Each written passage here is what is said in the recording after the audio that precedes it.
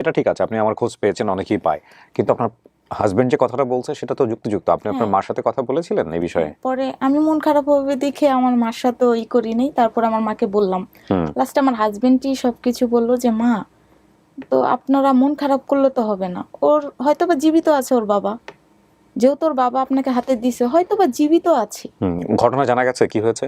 পরে মা বলল একটু যে তোমার জন্মদাতা বাবা আর তোমার জন্মদাতা মা, ওরা দুজন মানে সাংসারিকভাবে ঝগড়া লাগার পরে তোমার জন্মদাতা মা তোমার বাবাকে ছেড়ে চলে যায়। তোমার একটা বড় ভাই ছিল, হ্যাঁ, তখন তোমাকে রেখে তোমার মা চলে যায় বড় ভাই নিয়ে। আর তোমাকে তোমার বাবার কাছে রেখে যায়। মানে কেন রেখে যায় সেটা তো সে সবকিছু জানে না, তবে জানে তুমি তোমার বাবার কাছে ছিলে। তোমার বাবা তোমাকে রাখার জন্য একটা মহিলার কাছে দেয়, ওই মহিলাকে যদি তোমার মা, ওই মহিলা তোমাকে যদি ভালোভাবে রাখতে পারতো তাহলে তোমার বাবা হয়তো বা তাকে বিয়ে করতো। আপনার নাম কি? জি, আমার নাম এখন নাম জান্নাতুল ফেরদৌসী। বাবা মার দেয়া নাম? বাবা মার দেওয়ার নাম তাসলিমা। তাসলিমা। আচ্ছা, পরবর্তীতে নাম চেঞ্জ হয়েছে? পরবর্তীতে তাসলিমা বয়স কত আপনার? এখন 25-এর মতো হবে, 25 বা 26-এর মতো হবে। কি হয়েছে আমাকে একটু বলেন তো। হয়েছিল যখন আমার 5-6 বছর বয়স ছিল, তখন আমাকে একটা পরিবারের মাধ্যমে দত্তক দেওয়া হয়েছিল। এটা আপনি পরবর্তীতে শুনেছেন গল্পটা? আমি পরবর্তীতে শুনেছি এবং আমি ছোটবেলা থেকে অনুভব করতে করতে বড় হয়েছি। কিরকম অনুভব করেছেন আপনি? কিভাবে? পরিবার মানে পাড়া প্রতিবেশী ওরা অনেকেই বলে, দেখা হলে বলে রোজিনার মেয়েটা পালক নিয়েছে। রোজিনার মেয়ে এটা পালক নিয়েছে? আপনার মায়ের নাম রোজিনা? হ্যাঁ, যে দত্তক মায়ের নাম রোজিনা? হ্যাঁ, দত্তক মায়ের নাম রোজিনা, যে আমাকে দত্তক নিয়েছে ওই রোজিনার মেয়ে ওকে পালক নিয়েছে। এরকম শুনতে শুনতে বড় হয়েছি। তো আমি ছোটবেলা থেকে জানতাম যে আমি দত্তক হিসেবে বড় হচ্ছি, মানে ওরা আমার আপন বাবা মা না, এই জিনিসটা আমি ছোটবেলা থেকে জানতে পারি। কিন্তু কখনো ওদের প্রশ্ন করি নাই, কারণ নিজের বিবেককে একটাই ডাক দিয়েছে, যদি কখনো বাবা মাকে প্রশ্ন করি, যদি ওরা আঘাত পায়, এই কাজটা করেছে আমার মনে, তাই আমি কখনো ওদের প্রশ্ন করি নাই। তো আজকে এমন একটা দিন আসলো যে আল্লাহর রহমতে আমার বিয়ে হয়েছে, আমার স্বামী সংসার আছে এবং আমার সন্তান আছে। আল্লাহর রহমতে 3টা বাচ্চা আছে আমার, মাশাআল্লাহ। তো ওই হিসেবে আমার হাজবেন্ড প্রত্যেকটা মানুষের কাছে যখন পরিচয় দেয়, যে আমাকে জিজ্ঞেস করে মানুষ, শ্বশুরবাড়ির লোকজনেরা জিজ্ঞেস করে তোমার বাবা মা, তোমার বাবা কি করে, তখন আমি একটু আনইজি ফিল করি। কেন আনইজি ফিল করবেন? কারণ আমি বলি যে যারা আমার বাবা মা আছে তারা একসাথে নেই, মানে যারা আমাকে মিলে দত্তক নিয়েছে তারা একসাথে নেই। ও আচ্ছা, ফাইন। মানে রোজিনা আর সাগর যে দুজন আমাকে নিয়েছে সে দুজন একসাথে নেই। হ্যাঁ, রুজিনাও আলাদা, সাগরও আলাদা। আলাদা আলাদা সংসার হয়েছে তাদের। নিঃসন্তান থাকা অবস্থায় আমাকে নিয়েছিল। ওদের সংসার জীবন 5-6 বছর যখন যায়, সন্তান হয়নি, এই জন্য আমাকে দত্তক নিয়েছিল। তখন 1 বছর পরে ওদের সংসার জীবন 12 বছর হয়ে যায়, তারপরে ওরা কোনো সন্তান হয়নি ওদের মাঝে। তো এভাবে ওদের পারিবারিক সমস্যায় ওরা দুজনে আলাদা হয়ে যায়। আমার পালিত বাবা মা দুজন আমার থেকে আলাদা হয়ে যায়। তখন একতরফায় আমার পালিত মা আমাকে নিয়ে সাইড হয়ে চলে আসে। বাবাও আলাদা হয়ে যায়, মাও আলাদা আসে। তখন আমাকে সাইড নিয়ে চলে আসে আমার মা। আমি আমার মার কাছেই আমার শেষ জীবনটা আমি পাড়ি দিই এখন পর্যন্ত। মার সাথে আমার ভালো রিলেশন আছে, বাবার সাথেও আছে। বাবা এখন আলাদা সংসার, মায়েরও আলাদা সংসার। আমি মাঝখান থেকে একা। মায়ের আলাদা সংসারে কি বাচ্চা কাচ্চা হয়েছে? হ্যাঁ, মা আসার পরে বাচ্চা কাচ্চা আল্লাহর রহমতে আমার 2টা ভাই আছে, ছোট ভাই। আর আমার বাবা নিঃসন্তানী, উনি নিঃসন্তান। তো আপনার পরিচয় দিতে সমস্যা কোথায়? আপনার তো এই মাকে মানলেও এটা তিনি বাবা। পরিচয় দিতে না বলি, কিন্তু একটা তরফা এখন স্বামী বলতেছে যে বাবা হয়ে গেছে 2টা। সত্যি কথা যেটা বলতে, সমস্যা কোথায়? কারণ মা যখন বাড়িতে যায় তখন বাবা আরেকটা যায়, তখন আরেক বাবাও দেখতে মাঝে মাঝে যায়। অনেক বছর পর আমাকে একবার দেখতে গেছে আমার বিয়ের। মানে বলতে গিয়ে আপনার একটু সমস্যা হয় যে আসলে বলতে গিয়ে একটু সমস্যা হয়। তখন আমার হাজবেন্ড আমাকে একটা কথাই বললো, জান্নাতুল তুমি এতিম কেন? এখন তো তোমার।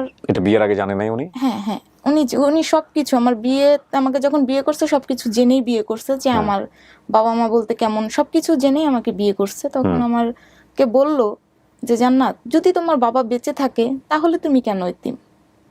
এতিম তো তোমার, আর যদি মারা যায় তাহলে তুমি নিজেই বুঝতে পারছো যে হ্যাঁ আমার বাবা মারা গেছে, আমি এতিম।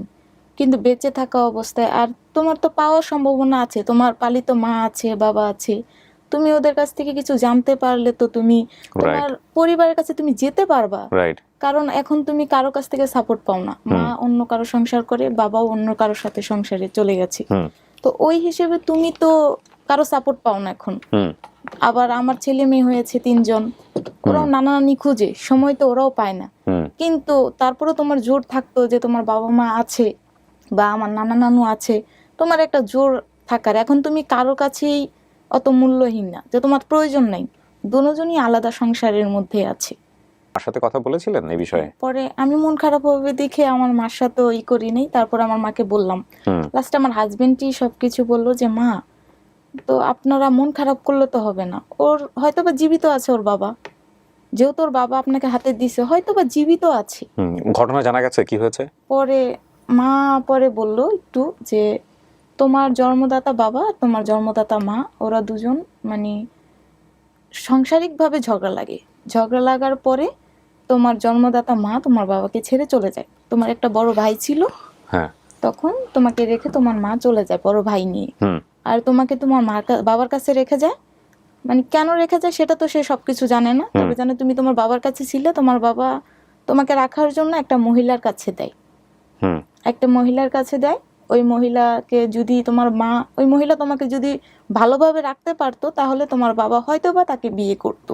আচ্ছা, হয়তোবা বিয়ে করতে এরকম সম্ভাবনা ছিল, কিন্তু ওই মহিলা তোমাকে আর ভালোভাবে রাখে নাই, তোমার উপর অনেক অত্যাচার করছে, তোমাকে মানে আমাদের ভাষায় বলে খুরচুন পোড়া দিয়ে তোমার পিঠে দাগও ছাকাইছে ওই মহিলাটা, মানে অনেক অত্যাচার করছে।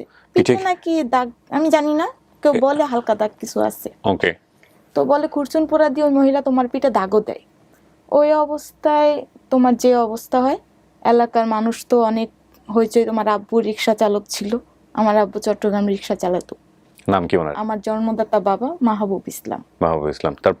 তারপর বললো তোমার আব্বু রিক্সা চালাতে যেত, তখন ওই অবস্থায় বাড়িওয়ালারা, পাড়া প্রতিবেশীরা তোমার আব্বুকে খবর দেয় যে তোমার উপর অনেক অত্যাচার চলতেছে।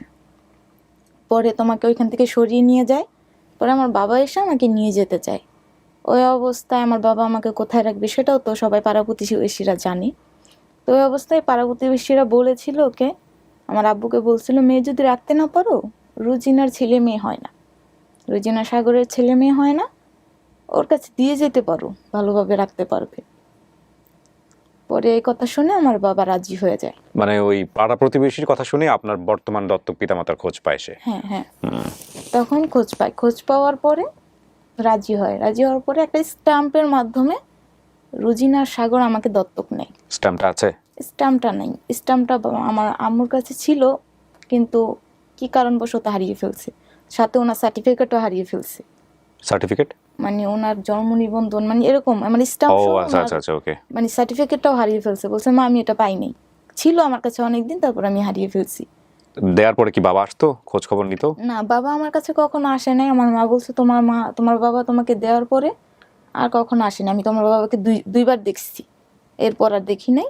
কিন্তু আমার বাবাকে প্রশ্ন করছিলাম যে আমার বাবা কখনো আসছে কি না তোমার কাছে, হয়তো বা আসতো, বা রিক্সা দুইজনই চালাতো, সাগরও রিক্সা চালাতো এবং আমার জন্মদাতা পিতাও রিক্সা চালাতো। তো হয়তো বা আমার আম্মু বলে হয়তো বা রাস্তাঘাটে দেখা হতো, ওই কথাবার্তা হতো, চা নাস্তা পানি খাওয়া দিত, কিন্তু কখনো তোমাকে দেখতে আসে নাই তোমার বাবা। ওই যে দিয়ে গেছে ওটাই, ওই পর্যন্তই সমাপ্ত তোমাদের সাথে, তোমার বাবার সাথে আর তোমার দেখা হয় নাই। এভাবেই ঘটে গেল আমার সাথে একটা ঘটনা। আপনার ওই বাবার এলাকার নাম পাওয়া গেছে, কোথায় থাকে? হ্যাঁ, আমার মানে আমি কিছু মনে নেই, আমার সত্যি কথা বলতে আমার কিছুই মনে নেই। মা কি বলেছে? আমার মাই বলেছে যে আমাকে বলেছে যে তুমি চট্টগ্রাম এই যে লালখান বাজার পোড়া কলোনি, ওটা আমার স্থায়ী ঠিকানা। লালখান বাজার পোড়া কলোনি? হ্যাঁ, পোড়া কলোনি, ওখানে স্থায়ী ঠিকানা? হ্যাঁ, ওটা স্থায়ী ঠিকানা। এবং উনি শিওর এটা জানে না, মানে যারা আমার বাবাকে চিনতো ওই মানুষগুলো আমার মাকে বলছে যে ও লালখান বাজারের ওই মাহবুব পোড়া কলোনি চট্টগ্রাম। আপনার মাহবুব হচ্ছে আপনার জন্মদাতা পিতার নাম, রিক্সা চালাইতো? হ্যাঁ, রিক্সা চালক। বড় ভাইয়ের নাম জানেন না? এটা কি আবার দত্তক দেয়া এলাকার নাম ছোটপুল ব্রিকফিল্ড চট্টগ্রাম? যে এলাকায় আমাকে দত্তক দেওয়া হয়েছিল সেই এলাকাটার নাম ওটা। বাড়িওয়ালা সাক্ষী হয়েছিল দত্তক দেওয়ার সময়। বাড়িওয়ালার নাম কি জামাল এবং কামাল, এরা দুই ভাই। এরা দুই ভাই। এই যে এই এটা কি লালখান বাজারে নাকি না, হচ্ছে? না, লালখান বাজার অনেক দূরে। আচ্ছা, তাহলে এইটা হয়েছে আপনার এই যে ছোট পুল ব্রিক ব্রিকফিল্ড নাকি ফিল হ্যাঁ, এটা? ব্রিকফিল্ড। ব্রিকফিল্ড চট্টগ্রামে ব্রিকফিল্ডে এখানে থাকতো বাড়িওয়ালারা, হ্যাঁ, বাড়িওয়ালা, মানে আমরা ভাড়া থাকতাম ওখানে, আমার পালিত মা জামাল বাবা এবং ভাড়া কামাল থাকতো। দুই ভাই। আমরা ভাড়া থাকতাম ওখানে। 5-6 বছর বয়স আপনার যে সময় দত্তক দিয়েছে, না মনে হয়? তাহলে তো আর অনেক কিছু মনে থাকার কথা আপনার। আপনার এগুলো কিছু মনে আছে? আমার কিছু মনে নেই, কিছু কিছু কথা হালকা হালকা মনে পড়ে যে আমার বাবা আমাকে শেষ যখন চলে যায় তখন বলেছিল যে মা তুমি থাকো, আমি আসছি, মা আবার তুমি থাকো। আসবো। এই কথাটা আমার মানে মনে হয়, সবসময় মনে হয় এই কথাটা, যে আমাকে কেউ একজন বলছিল যে তুমি থাকো মা, আমি আসতেছি। এই ঘটনার না অনেকগুলো ব্যাখ্যা আছে, অনেকগুলো বিষয় আছে আপনারা যদি দেখেন। একটা হচ্ছে যে পারিবারিক অশান্তি, দুটো সন্তানের জীবনে কি আসলো, এক। 2 নাম্বার হচ্ছে যে এই যে বাচ্চাটাকে দিয়ে দেওয়া, তার জীবনটা কেমন হলো।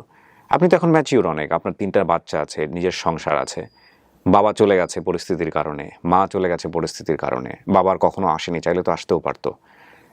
আপনি কাকে খুঁজছেন বলেন তো? সবকিছু জেনে শুনে আপনি কেন খুঁজছেন? মনে ভীষণ প্রশ্ন আমার নিজেই জাগে যে আমি কেন খুঁজতেছি। সত্যি আমার পরিবারটা দেখার দরকার, কারণ কার থেকে জন্মগ্রহণ করছি জানাটা খুব ইচ্ছে, হুম আর বেশি কিছু না।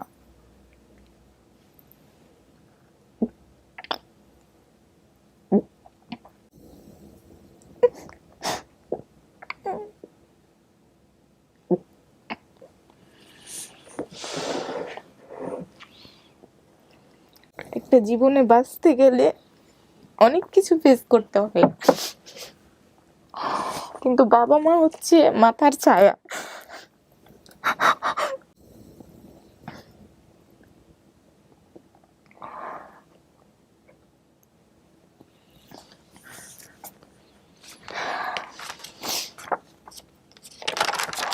আমি ভাবছিলাম যে ওকে একটা প্রশ্ন করব যে এই যে এতগুলো পরিচয় নিয়ে বড় হওয়া, আপনার অনুভূতি কি? আমার মনে হয় প্রশ্নটার আর প্রয়োজন নাই। প্রিয় দর্শক এবং শ্রোতা, খুব হাসি মুখে তাসলিমা এখানে এসেছিল, এবং এই হাসি মুখটাই সবসময় একটা মানুষের হয়তো সামাজিক আইডেন্টিটি। তার ভেতরের যে কষ্টটা, সেটা কিছুটা হলেও আপনারা আপন ঠিকানায় দেখেছেন। আমি শেষের বেলায় শুধু একটা অনুরোধ করতে চাই, ইনক্লুডিং মি, আমাকে সহ, আমরা যেন কেউ কখনো মানুষের দুর্বল দিক নিয়ে কখনো কাউকে খোঁটা না দেই, কষ্ট না দেই, বাজে কথা না বলি, যদি বলেও ফেলি কখনো, যেন তার কাছ থেকে ক্ষমা চেয়ে নেই। সো এই হচ্ছে বিষয়। আর শেষ বেলাতে এসে বলবো, তাসলিমার পরিবারের যদি কেউ বেঁচে থাকেন, মা থাকুক, বাবা থাকুক, যেই থাকুক না কেন, ও আসলে কোনো কিছু দাবি নিয়ে আপনাদের কাছে আসেনি, শুধু দেখতে চেয়েছে কার ঔরস্যে বা কার গর্ভে আমি পৃথিবীতে এসেছি, সৃষ্টিকর্তা পাঠিয়েছেন, তাদেরকে আমি একটু দেখতে চাই। আমার মনে হয় আকুতি আপনাদের শোনা উচিত। ইনশাআল্লাহ, তাওয়াক্কালতু আলাল্লাহ, যাতে একটা ভালো সংবাদ নিয়ে ফিরে আসার তৌফিক আমাদেরকে দেন, এই প্রত্যাশা শেষ করছি। আসসালামু আলাইকুম।